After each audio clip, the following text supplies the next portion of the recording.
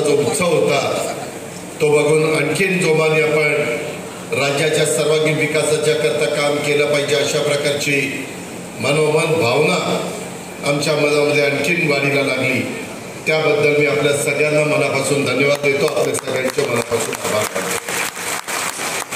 मी या ठिकाणी मोठ्या संख्येने असलेल्या स्त्री शक्तीला पण अभिवादन करतो। खरं तर सगळ्या महिला इथं बसू शकल्या नाही म्हणून मला आता बाबासाहेबांनी शेजारच्या हॉलमध्ये पण नेलेलं होतं, तिथेही महिला स्क्रीनवर ते त्या ठिकाणी बघतायत आणि थोडीशी पावसाची परिस्थिती आहे म्हणून आपण हॉलमध्ये कार्यक्रम घ्यायचा प्रयत्न केलेला आहे।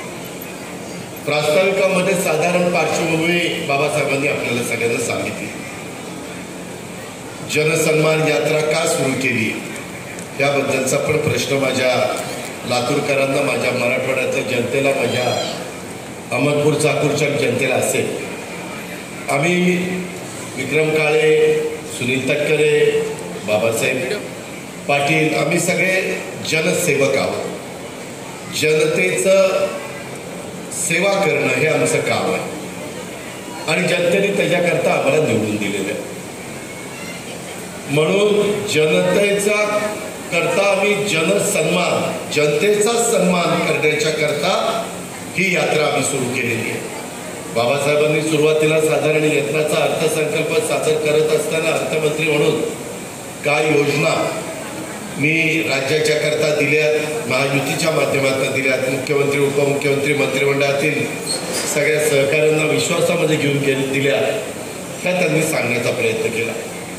आम्ही अनेक वर्ष समाजकारण राजकारण करणारे कार्यकर्ते आहोत। आम्ही काम करत असताना कधी जातीचा, पातीचा, नात्याचा, गोत्याचा विचार करत नाही। जसं हिंदवी स्वराज्याची स्थापना करत असताना युगपुरुष छत्रपती शिवाजी महाराजांनी 18 पगड जातीला बरोबर घेऊन त्या हिंदवी स्वराज्य स्थापन केलं, तो इतिहास आपल्या सगळ्यांच्या समोर आहे। शाहू फुले आंबेडकरांच्या विचारधारेने आम्ही राष्ट्रवादी काँग्रेस पक्षाचे सहकारी पुढे चाललेलो। आम्ही सेक्युलर विचारधारा आम्हा लोकांची आहे आणि ह्याच्यामध्ये काम करत असताना कुणावरही अन्याय होऊ नये, कुणालाही नाहक त्रास होऊ नये, कुणालाही त्याच्यामध्ये कुठं असं मनामध्ये भीती वाटू नये की हे आमचा कुणाचा विचार करतायत का नाही। हे सर्वसामान्यांचं सरकार आहे, हे गोरगरिबांचं सरकार आहे। आज देखील तुमच्याकडं ज्या योजना आम्ही आणल्या, आज एवढ्या मोठ्या प्रमाणावर माझ्या मायबावली इथं उपस्थित आहेत। मी राज्यामध्ये फिरतो, आम्ही सगळेच जण फिरतो, त्यावेळेस एवढा प्रचंड प्रतिसाद महिलांचा आम्हाला बघायला मिळतो। कधी अनेक निवडणुका मी बघितल्या परंतु एवढा प्रचंड प्रतिसाद महिलांचा मला बघायला मिळाला नाही। आम्ही एक ठरवलं की समाजामध्ये आज देखील गरीब वर्ग आहे, आपण काम करायचं ते मगाशी बाबासाहेबांनी सांगितलं तसं विकासाच्या करता करायचं। आपण काम करायचं ते गरिबीमधनं बांधवांना, भगिनींना बाहेर काढण्याच्या करता, त्यांची आर्थिक परिस्थिती चांगली करण्याकरता करायचं। त्यांनाही वाटलं पाहिजे, त्यांनाही मान सन्मान मिळाला पाहिजे, प्रतिष्ठा मिळाली पाहिजे, हे आमचाही विचार करताय। आणि म्हणून अर्थसंकल्प सादर करत असताना 2.5 लाखाची अट लावली। 2.5 लाखाच्या आतमध्ये ज्या कुटुंबांचं उत्पन्न आहे अशा घरातल्या महिलेला, तिचं वर्ष साधारण 21 ते 65 ह्या वयोगटातली महिला, तिला 1,500 रुपये महिना आपण एक सबल महिला करण्याच्या करता, सक्षम महिला करण्याच्या करता, तिलाही काही वाटतं की मी पण माझ्याकरता काही केलं पाहिजे, परंतु प्रपंचाचा भार पेलवत असताना, उचलत असताना ती स्वतःच्या इच्छेला मुरड घालती। तिच्या मनात आलं तर ती घेत नाही आणि म्हणते नको, माझ्या कच्च्या बच्च्यांना आपण घेऊ, माझ्या नवऱ्याच्या करता आपण करू। आणि त्याच्यामुळं आज माझ्या ग्रामीण भागामध्ये, आज माझ्या झोपडपट्टीमध्ये राहणाऱ्या, आज माझ्या गरिबीमध्ये त्या ठिकाणी जीवन जगणाऱ्या महिलांना तो मान मिळत नाही, तो अधिकार मिळत नाही। आणि म्हणून आम्ही ठरवलं किंवा किती महिला निघतील, आमचा अंदाज आहे 2.5 कोटी महिला निघतील आणि त्यांना किती पैसे द्यायचे, महिन्याला 1,500 म्हणजे वर्षाला 11,000, म्हणजे पुढं 5 वर्ष आम्ही योजना चालू ठेवणार आहे. त्याच्यामध्ये जवळपास 18-90,000 5 वर्षामध्ये महिलांना मिळणार आहे. हे तुमचं आमची मुदत संपल्यानंतर ज्यावेळेस विधानसभेच्या निवडणुका येणार आहे त्यावेळेस आमची हीच विनंती आहे की आम्ही एवढ्या चांगल्या योजना आणल्या, त्याच्याकरता तुम्ही पण आम्हाला आशीर्वाद दिला पाहिजे. या योजना विरोधात बंद करायला निघालेले, आमच्याबद्दल टीका टिप्पणी करतात, आमची निंदा नालस्ती करतात. मध्ये कोर्टामध्ये जाऊन देखील योजना बंद करण्याचा प्रयत्न केला. कोर्टाने सांगितलं नाही, तो सरकारचा अधिकार आहे. आणि सरकारने जुलै-ऑगस्टचे 3,000 रुपये तुमच्या DBT अकाउंटला, मध्यस्थी नाही, डायरेक्ट तुमच्या अकाउंटला. आता पण माझी एक मायमाऊली मला भेटायला आली होती, म्हणले दादा माझं शाळा 3ऱ्या क्रमांकावर आलेली आहे, त्याच्यामध्ये पण आम्हाला डायरेक्ट DBTवर पैसे आलेले आहेत. आमचा मान सन्मान झाला नाही. 5 तारखेला आमचा शिक्षक दिन आहे, त्यावेळेस कसा मार्ग काढता येईल तो मी त्या ठिकाणी प्रयत्न करेन. परंतु सांगायचं तात्पर्य की भ्रष्टाचार रोखण्याच्या करता हे जे काही बगलबच्चे आहेत त्याच्यातनं स्वतःची पोळी भाजून घेतात, अशांना बाजूला करण्याकरता आम्ही जो लाभ देतोय, आम्ही तुम्हाला लाभ देणार आहे, त्याच्यातनं तुम्हाला बळ मिळणार आहे.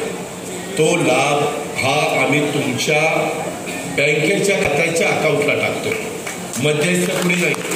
उद्या मुलाला सांगितलं की हे पैसे देऊन दे, की ते 3,000 रुपये देताना म्हणाल काही आहे का नाही चहा पाण्याकरता, काही माझे बक्षिशी आहे का नाही, इथं बक्षिशी नाही, काही नाही, डायरेक्ट तुमच्या अकाउंटला.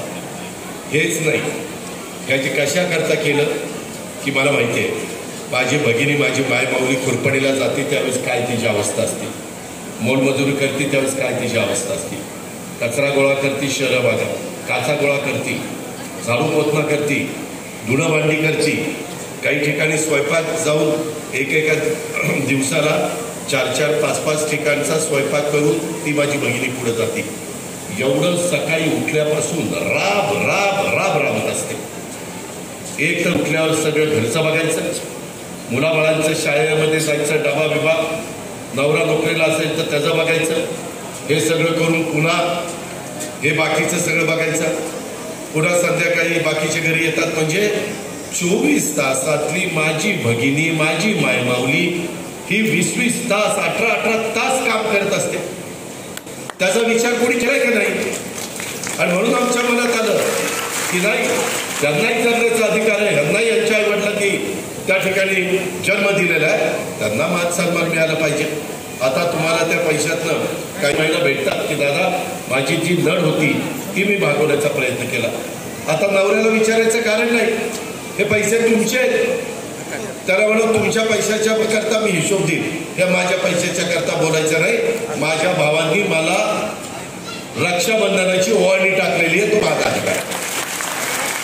बेलाशेख सांगा, आता दिवाळी येईल, पुढं दिवाळीला म्हणा भाऊ म्हणजे आमच्या भावांनी टाकलेली आहे, ती ओवाळणी आमची आहे. या पद्धतीनं आपण त्या ठिकाणी पुढे जावं, अशा प्रकारची माझी आपल्याला सगळ्यांना विनंती.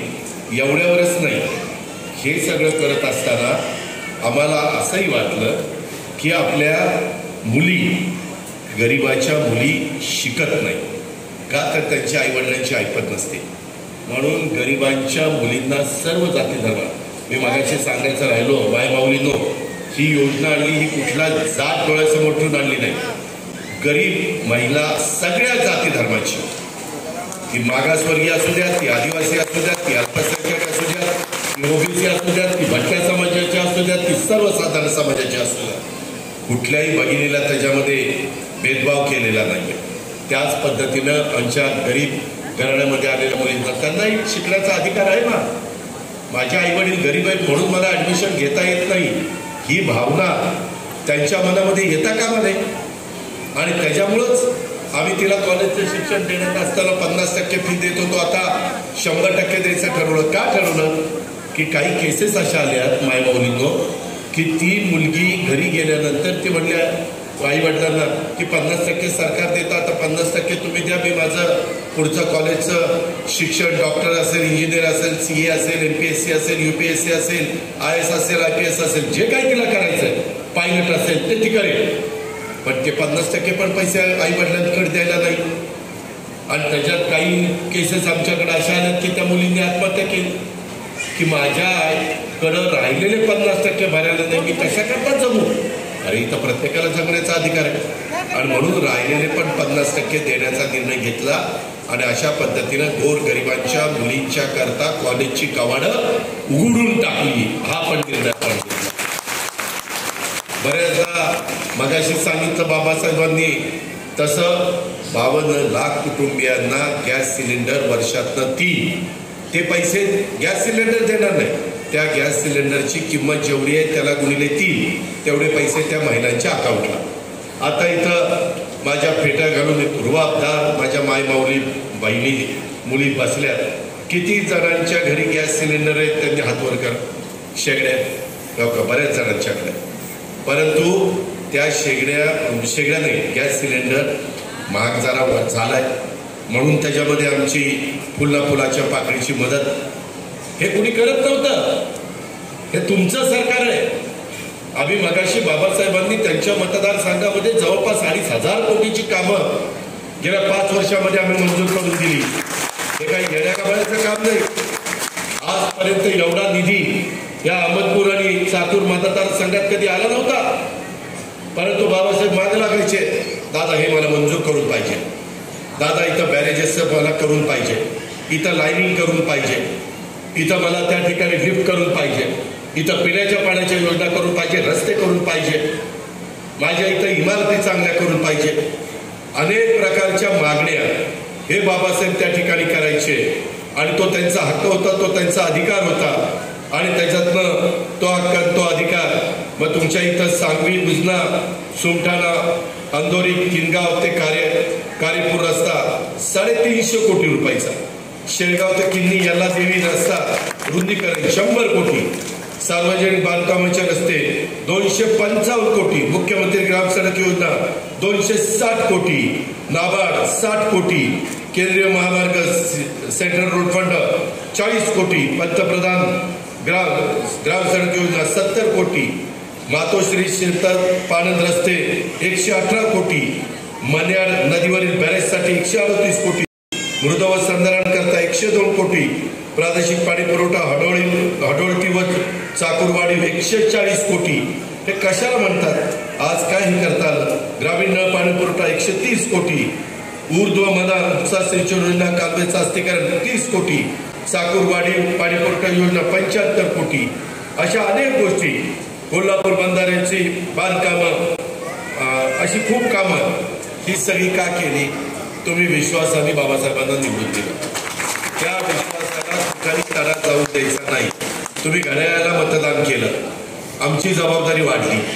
आम्ही सगळ्यांनी मिळून त्या संदर्भात मध्ये ह्याच्यापेक्षा जास्त पैसा माझ्या माऊलींना आला असता.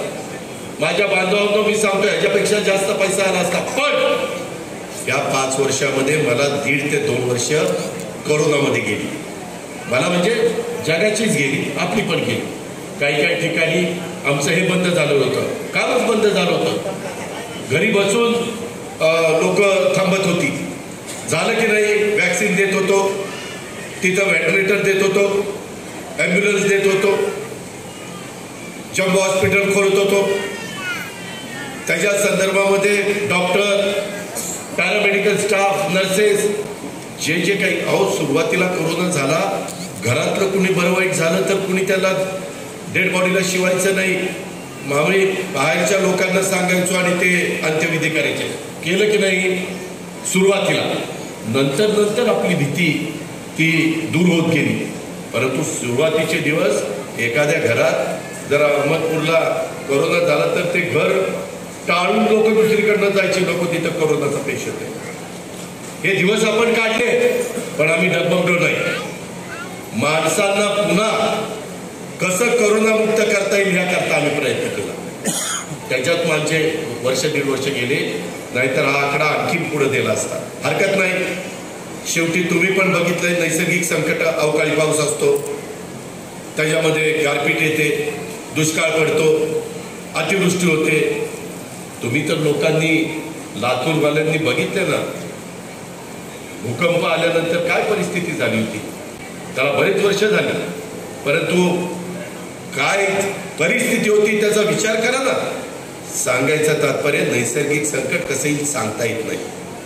पण आपली माणसं वाऱ्यावर सोडायची नसतात, त्यांच्या मागं मजबूतीनं उभं राहायचं असतं आणि ते मजबूतीनं उभं राहायचं काम राष्ट्रवादी काँग्रेस पक्षाने केलं, या घड्याळांनी केलं, या आम्ही सगळ्यांनी केलं. म्हणून माझी विनंती आहे, आम्ही कामाची माणसं, आम्ही बिनकामाची माणसं नाही. काही जण नुसतं घोषणा, तुम्ही बघा मी महाराष्ट्रामध्ये फिरतोय, मी कधी विरोधकांवर टीका केली नाही. आमचं कामच बोलतंय ना, आम्ही केलेली कामं, बाबासाहेबांनी केलेली कामं, त्या विक्रमनी केलेली कामं, त्या संजयनी केलेली कामं तीच सांगायला आमच्याकडे भरपूर आहे. आणि आणलेल्या योजना विरोधक म्हणले काय बहिणींनाच चाललंय, बाबांना काहीच नाही. अरे बाबांनो, 3 हॉर्सपॉवर 5 हॉर्सपॉवर 7.5 हॉर्सपॉवर मोटारी कोण चालवतो? आमचे भावंड चालवतात, आमचा शेतकरी चालवतो, आमचा बळीराजा चालवतो. त्यांच्याकरता 44 लाख शेतकरी महाराष्ट्रातले, किती? 44 लाख, 14,900, जवळपास 15,000 कोटी रुपये त्यांचं वीज बिल माफ करून टाकलं. नाही भावांना मदत झाली, इनडायरेक्ट तुम्हालाही मदत झाली, भावांना पण मदत झाली ना. हा निर्णय किती मोठा निर्णय. आता 3, 5, 7.5ची मोटर जायचं, बटन दाबायचं, वीज बिल भरायचं नाही, पुढं वीज बिल भरायचं नाही, मागच्या वीज बिलाचा विचार करू नका, मी बघतो काय करायचं. तुम्ही करायचं आता, तुम्ही आम्हाला आशीर्वाद द्या, तुम्ही माझ्यावर विश्वास ठेवा. मी अनेक वर्ष समाजकारण राजकारण केलेलं कार्यकर्ता, मी खोटं बोलणार नाही. मी थोडासा कडक बोलू, पण खोटं बोलणार नाही. मी शब्द बदलणार नाही. मला माझ्या मायमाऊलींनी, माझ्या बांधवांनी, माझ्या सगळ्या जीवाभावाच्या सहकार्यांनी यावेळेस साथ द्या. यामध्ये आम्ही ज्या पद्धतीनं बाबासाहेबांच्या नेतृत्वाखाली काम केलं, एक कारखाना अडचणीत आलेला कारखाना, बाबासाहेब पुढे आले, अजित मी चालवतो, चालवा म्हणलं, जी काही शक्य असेल ती मदत आम्ही केली. बाकी सगळं त्यांनी बघितलं, परंतु आम्हाला पण अनुभव आहे ना, आम्ही पण काही कारखाने आमच्या भागातले चालवलेत ना, आम्ही लोकांना 2 पैसे चांगले देतो ना, आम्ही संस्था चांगल्या चालवतो. माझ्या ताब्यातलं कुठलीच संस्था जाऊन बघा, आर्थिक शिस्त असते. आता विरोधक म्हणतात, अरे महिलांना वर्षभराला एवढे पैसे द्यायचे, 46,000 कोटी कुठून आणणार? अरे विरोधकांनो, आपलं राज्याचं बजेट आहे 6.5 लाख कोटीचं, 6.5 लाख कोटी. त्याच्यातनं पगाराला, पेन्शनला, आता आम्ही पेन्शन पण नवीन 18.5 10% ते सुरू केलेलं आहे, ती पण मागणी आम्ही आता मान्य केली परवाच कॅबिनेटला. त्या संदर्भामध्ये 3 लाख कोटी रुपये हे पगार, पेन्शन आणि तुमचं घेतलेल्या कर्जाचं व्याज, राहिलेले 3.5 लाख कोटी आम्हाला वेगवेगळे रस्ते, लाईट, पाणी, वेगवेगळ्या इमारती किंवा लाभार्थ्यांना लाभ देण्याच्या करता आहेत ना. आम्ही 10 वर्ष अर्थसंकल्प सादर केला, आम्ही काही नवीन नाही त्याच्यामध्ये. आम्ही 10 वर्ष माणूस 10 तर उन्हाळी पावसाळ्यात मी जास्त बघितले इतरांच्या पेक्षा अर्थसंकल्प म्हणून. मी काही त्याच्यात नौका नाहीये. त्याच्यामुळं फार विचारपूर्वक माझ्या शेतकऱ्यांची वीज माफी, माझ्या मायमाऊलींची लाडकी बहीण योजना, माझे 3 गॅस सिलेंडर फ्री योजना, त्याच्यामध्ये मुलींचं मोफत शिक्षण, त्याच्यामध्ये युवा आणि युवतींच्या करता 12वी डिप्लोमा आणि डिग्री, 12वी झालेल्यांना उद्या तुमच्याही कारखान्यामध्ये काहींना घेता येऊ शकतं. 12वी झालेल्यांना घेतलं तर त्यांना प्रशिक्षण तुम्ही द्यायचं आणि ते वेतन आम्ही देणार. सरकार किती 12वीची मुलगी किंवा मुलगा त्यांच्याकडं महिन्याला प्रशिक्षण घेतोय, 6,000 रुपये त्याला. डिप्लोमा असेल 8,000 रुपये त्याला, डिग्री असेल 10,000 रुपये त्याला. अरे तू शिक्षण घे ना, प्रशिक्षण चांगलं. आपण मग नंतर बँकेचं कुठलं लोन देऊ? आम्ही परवाच जळगावला खूप मोठा कार्यक्रम लखपती दिदी ही आम्ही योजना आणलेली आहे. अनेक माझ्या मायमाऊलींना लखपती करण्याचं आणि खूप जण त्याचा फायदा घेतात. या पद्धतीनं आमचं काम चाललंय. हे आम्ही मुलांच्या मुलींच्या करता आलं, म्हणजे बेरोजगारी कमी करण्याकरता. मोठे मोठे उद्योगपती कसे आपल्या इथे इंडस्ट्री लावतील ते आम्ही बघतोय. बघायची सांगायचं राहिलंय, इथनं पुढं आता तुम्हाला वीज सोलरवर 8.5 लाख सोलर पंप आम्ही देणार. 8.5 लाख. आता दिवस उजाडला, जाऊन बटन दाबा, पाणी चाला. दिवस मावळला, थोडंसं पडलं घरी जावा, बायका मुलांच्यात राहावा, तिथं मोटर बंद करून जा. आता रात्री अपरात्री 6 ते 8 महिने जास्तीत जास्त बाबासाहेब 1 वर्षात रात्री लोकांना, माझ्या शेतकऱ्यांना विजेचं पाणी, वीज रात्री येते म्हणून पाणी धरायला रानात जावं लागणार नाही. आता इथून पुढे 1 वर्षाची तुमची मागणी, आम्हाला दिवसा वीज मिळाली पाहिजे. तो तुमचा हक्क आहे, माझ्या शेतकऱ्यांचा हक्क आहे आणि तो आम्ही देणार. 1 वर्षाने तुम्हाला दिवसात वीज देणार. 9,500 मेगावॉट वीज सोलरवर आता ऑर्डर दिलेली, 9,500 मेगावॉट. तुम्ही काळजी करू नका. आज विरोधक काही ना काही वातावरण खराब करण्याचा प्रयत्न करतायत. तो त्यांचा अधिकार आहे, लोकशाही आहे, मला त्याबद्दल काही टीका करायची नाही. पण आम्ही या ज्या काही गोष्टी करतोय अनेक प्रकारच्या, त्या ठिकाणी तुमच्या इथं बँकेचा किती 0% व्याजाने पीक कर्ज आहे. पीक कर्ज लातूर बँकेचं, जिल्हा बँकेचं 0% व्याजाने योजना आपण आणली. का तर माझ्या शेतकऱ्याला सावकाराच्या दारात जायला लागू नये, 10 रुपये शेकड्याचा पैसा घ्यावा लागू नये. हे कशा करता? माझा कष्टकार, माझा शेतकरी. आम्ही आता सरकारमध्ये केंद्रात आपल्या विचाराचं सरकार आहे. आम्ही त्यांना सांगितलं आता कांदा निर्यात बंदी त्या ठिकाणी करायची नाही. त्यामध्ये शेतकऱ्यांचा भाव, माझं सोयाबीन असेल, माझा कापूस असेल, माझा ऊस असेल, माझा कांदा असेल, किंवा माझी ज्वारी असेल, माझी बाजरी असेल, माझी मका असेल, जी माझ्या, किंवा आमचं धान असेल. आपल्या इथं धान म्हणत नाही, आपल्याकडे तांदूळ म्हणतो, भात म्हणतो, परंतु बाकीच्या भागात त्याला धान म्हणतात. या पिकांना बाजारपेठ मिळाली पाहिजे, याकरता आपला प्रयत्न चाललेला आहे.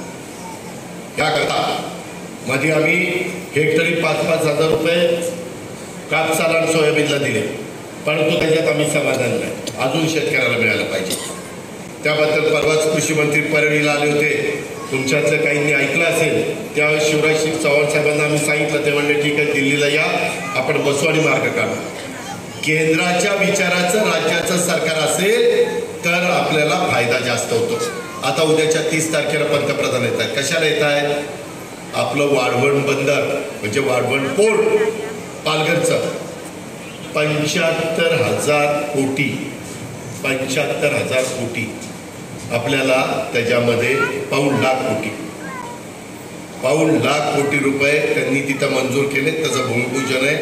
10 ते 12 लाख मुलांना मुलींना तिथं रोजगार मिळेल आणि आपली एकदम अर्थव्यवस्थेला चालना मिळेल. जगातला कुठलाही माल त्या 15मध्ये येईल आणि तिथून तो देशाच्या वेगवेगळ्या भागामध्ये जाईल. हे काम आपण करतोय. अहमदपूरकरांनो, चाकूरकरांनो, मला रोज इथे येता येत नाही.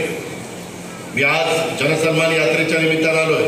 तुम्ही समजून घ्या, मी हे सगळं आम्ही महायुतीच्या सरकारच्या माध्यमातून करतोय आणि त्याच्यात संजयची, बाबासाहेबांची आम्हाला साथ आहे म्हणून आम्ही हे करतोय. तुम्ही त्यांना उद्याच्या काळात साथ दिली पाहिजे, म्हणजे ते आम्हाला साथ देतील, म्हणजे तुमचा विकास होईल, म्हणजे तुमच्या इथं आर्थिक सुबत्ता नांदेल. हे असं गणित आहे. त्या संदर्भामध्ये मागं खासदारकीच्या निवडणुकीत थोडंसं वेगळंच सांगितलं. काय सांगितलं? आमच्या मागासवर्गीय समाजाला सांगितलं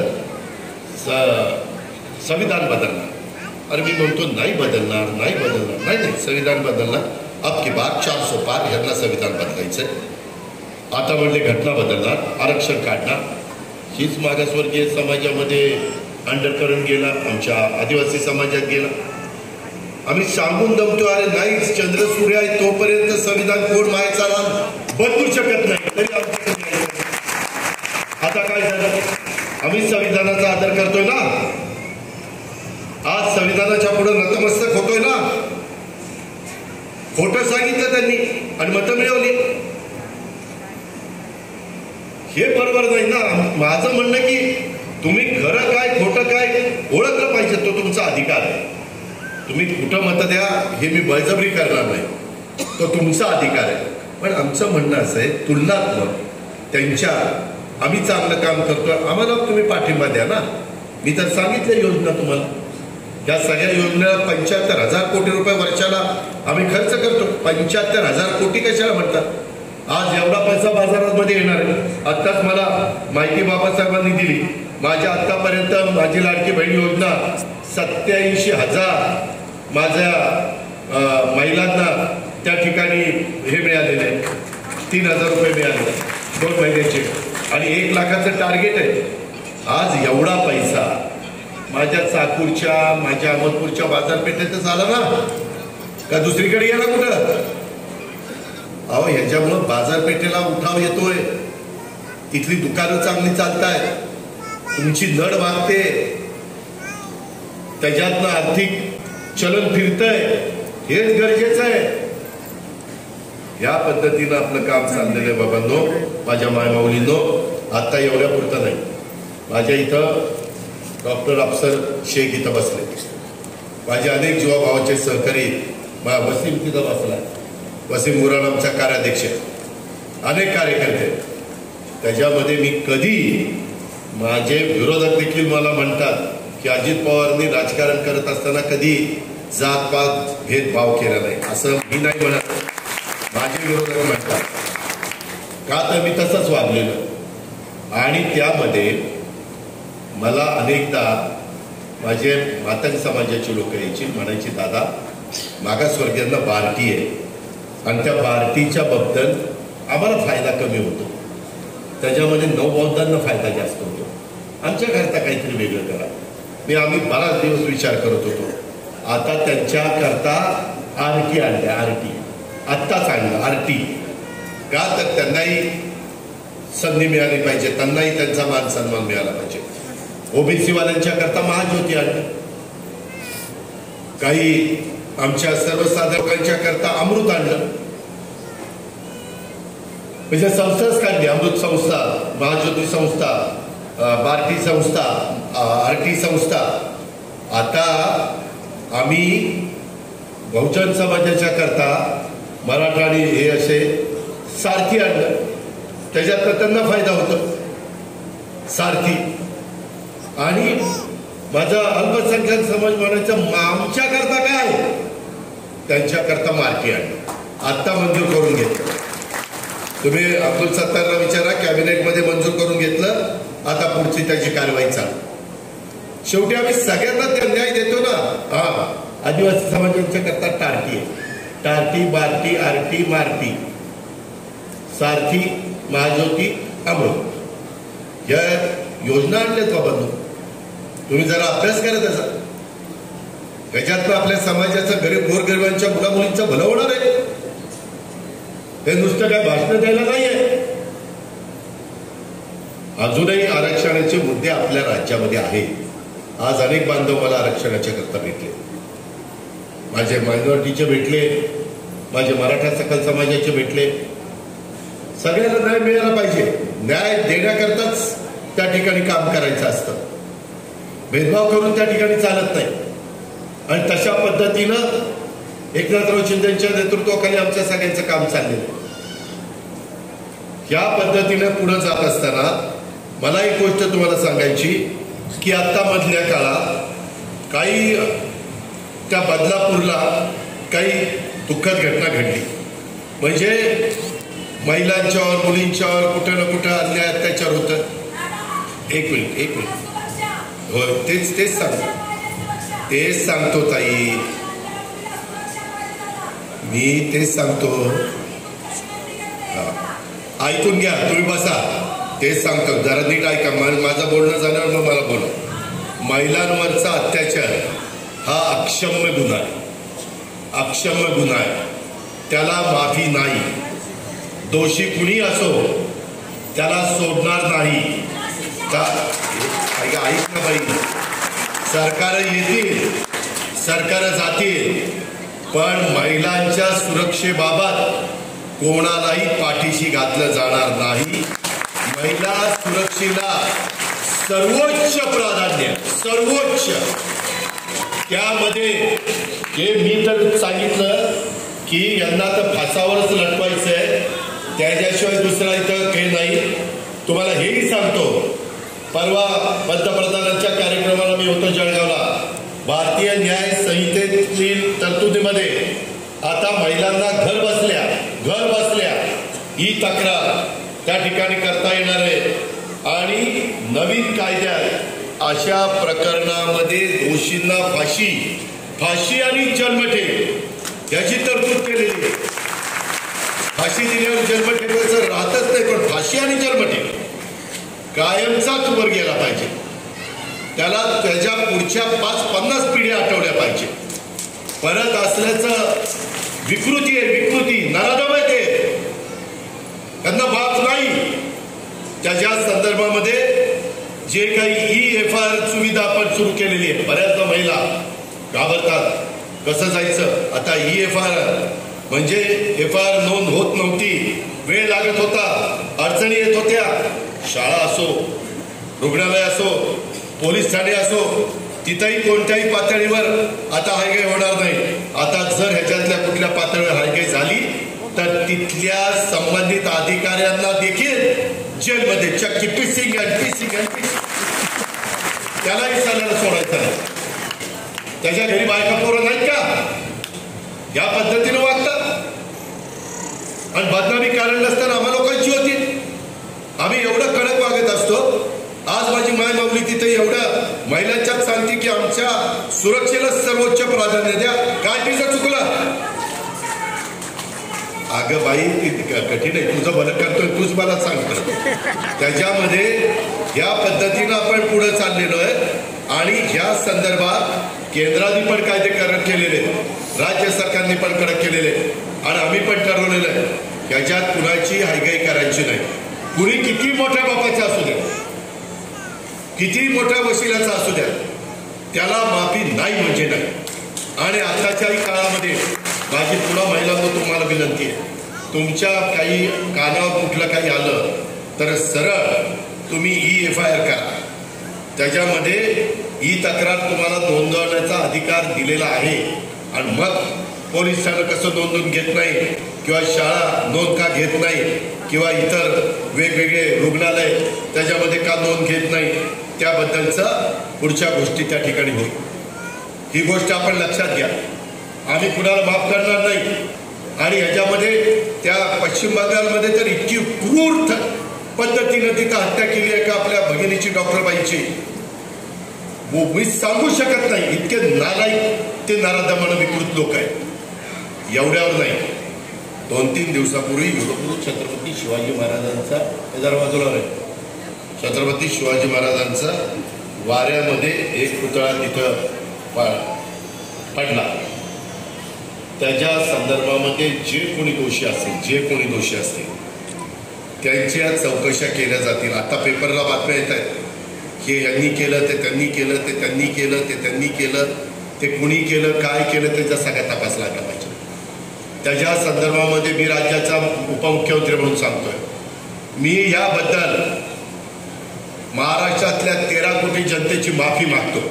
ही युगपुरुष छत्रपती शिवाजी महाराज हे आपल्या सगळ्यांचं दैवत आहे आणि त्या दैवताचा पुतळा त्या पद्धतीनं असा वर्षाच्या आत त्या पद्धतीनं ते नादुरुस्त होणं किंवा पडणं हे सगळ्यांना धक्का देणारी बाब आहे.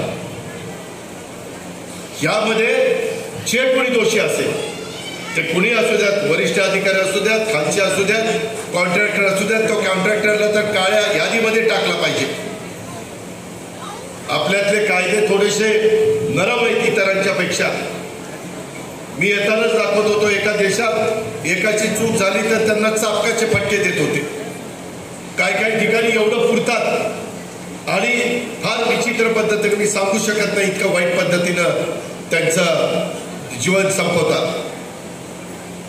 पण आपल्या इथं घटनेचे शिल्पकार डॉक्टर बाबासाहेब आंबेडकरांनी जी काही घटना दिलेली आहे, संविधान दिलेलं आहे, कायदे दिलेले आहेत, त्या कायद्याचा आदर करून हे जे कोणी अशा पद्धतीनं ह्याच्यात कुणी जर लगेच, आता तुम्ही मला सांगा, आम्ही आज सरकारमध्ये, कुठलीही सरकारमध्ये असताना आत्ता अहमदपूरला मला बाबासाहेबांनी अश्वारूढ पुतळ्याला तिथं नतमस्तक खायला मी गेलो होतो. छत्रपती शिवाजी महाराजांचा इथं पुतळा आहे का नाही, तिथं आम्ही जाऊन नतमस्तक झालो. शेवटी आपण करताना कुणी, आम्ही असो, दुसरं कुणी असो, मागचा असो, पुढचा असो, काम चांगलंच व्हावं ही प्रत्येकाची धारणा असते. महापुरुष आहेत, आज त्यांचा इतिहास ऐकल्यानंतर शहारे अंगावर येतात. राजमाता जिजाऊ असतील, पुण्यश्लोक इंद्रदेवी होळकर असतील, रमाई माता असतील, त्या सावित्रीबाई फुले असतील, शाहू महाराज असतील, महात्मा फुले, त्याच्यामध्ये आपले डॉक्टर बाबासाहेब आंबेडकर, अण्णाभाऊ साठे, मौलाना आझाद, किती लोक महापुरुषांची नावं घेऊ. यांच्याबद्दल आपल्या सगळ्यांच्या मनामध्ये एक आदराची भावना, त्यांनी एक चांगल्या पद्धतीनं आपल्या पुढं आदर्श ठेवलेला, विचार ठेवलेला, भूमिका मांडलेली. या पद्धतीनं काम करत असताना या ज्या काही गोष्टी घडतात त्या अक्षरशः त्याचा किती तीव्र शब्दात निषेध करावा तेवढा थोडा आहे. आणि ह्या संदर्भामध्ये पूर्णपणे हे अमक्याने बांधलं होतं, तमक्याने बांधलं होतं, कुणीतरी बांधलं होतं, एकमेकावर ढकलाढकली करण्याच्या पेक्षा जो दोषी असेल परत अशा पद्धतीनं कुणी पुतळे उभे करत असताना 50 वेळा विचार करतील. या प्रकारे पुढच्या सगळ्या ॲक्शन त्या ठिकाणी करण्याकरता आम्ही कुठं तसूभर देखील कमी पडणार नाही हा शब्द देखील अहमदपूर आणि चाकूरकरांना या सभेच्या निमित्तानं मी आपल्या सगळ्यांना देतो. इतर पण अनेक कामं आमच्या बाबासाहेबांच्या मार्गदर्शनाखाली त्यांनी केलेल्या आग्रहाखातर आम्ही त्याच्यामध्ये अंतेश्वर उच्च पातळी बंधारा उर्ध्व महादार प्रकल्प प्रस्तावित झरी बुद्रुक साठवण तलाव उपसा सिंचन योजना या सर्वेक्षणाच्या कामाला मंजुरी देतील. त्यामुळे 33 गावांची 8,000 हेक्टर क्षेत्राला लाभ मिळणार आहे. 8,000 म्हणजे 8 × 16 = 20,000 एकर प्रस्तावित योजनेच्या कामाकरता 4,000 कोटी निधीच्या खर्चाला आपण मान्यता दिलेली आहे. हे कशाचं काम आहे? येड्यागावळ्याचं काम आहे. हे आज लातूर जिल्ह्यामध्ये मांजर नदीवर कोल्हापूर बंधारेचे बॅरेजमध्ये रूपांतर ते काम आपण त्या ठिकाणी करतोय.